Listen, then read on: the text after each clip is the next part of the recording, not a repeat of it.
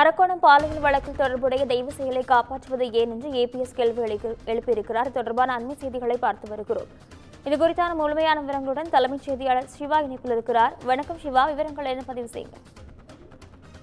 அரக்கோணத்துல கல்லூரி மாணவி கொடுத்த பாலியல் குற்றச்சாட்டு தொடர்பாக திமுக நிர்வாகியை இந்த அரசு ஏன் காப்பாற்ற முயல்கிறது என்று குறிப்பிட்டிருக்கிற எடப்பாடி பழனிசாமி தன்னுடைய எக்ஸ் பக்கத்துல தொடர்பான கருத்தை பதிவு செய்திருக்கிறார். அலங்கோல ஆட்சிக்கு அரக்கோணமே சாட்சி என்று குறிப்பிட்டிருக்கக்கூடிய அவர் அனுமதியின்றி 2 துப்பாக்கிகள் வைத்திருந்ததாக அரக்கோணம் திமுக கவுன்சிலர் பாபு உட்பட 20 கைது செய்யப்பட்டுள்ளதாகவும் செய்திகள் வருவதை குறிப்பிட்டிருக்கிறார். அரக்கோணம் பாலியல் வழக்கில் பாதிக்கப்பட்ட பெண் தான் திமுக அரசுடைய காவல்துறையால் மிரட்டப்படுவதாக நேற்றும் கண்ணீரோடு தெரிவித்திருக்கிறார் என்றும், திமுகவுடைய இளைஞரணி நிர்வாகி தெய்வச்செயல் மாணவியை ஏமாற்றுகிறார், பல திமுகவினுடைய பாலியல் இச்சைக்கு அந்த மாணவியை இணங்குமாறு துன்புறுத்துகிறான், இதனை தைரியமாக வந்து புகார் அளித்த மாணவியை காவல்துறை மிரட்டுகிறது, திமுக இளைஞரனுடைய ஏவல்துறையாக காவல்துறை இருப்பதால் நடவடிக்கை எடுக்க மறுக்கிறது என்ற குற்றச்சாட்டை அவர் முன்வைத்திருக்கிறார்.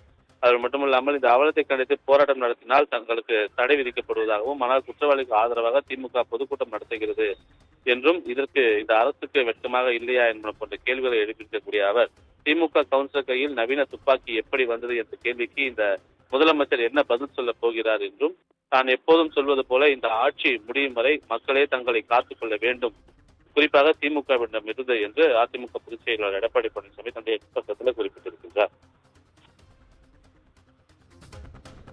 விவரங்களுக்கு நன்றி சிவா.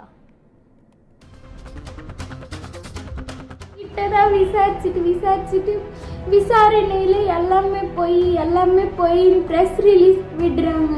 நான் கொடுக்குற எவிடன்ஸ் எல்லாம் வெளியில விடுறது, போலீஸ் என்ன ரொம்ப டார்ச்சர் பண்றாங்க. சத்தியமா என்னால முடியல. எனக்கான நீதி எப்பவுமே கிடைக்க போறது இல்லை.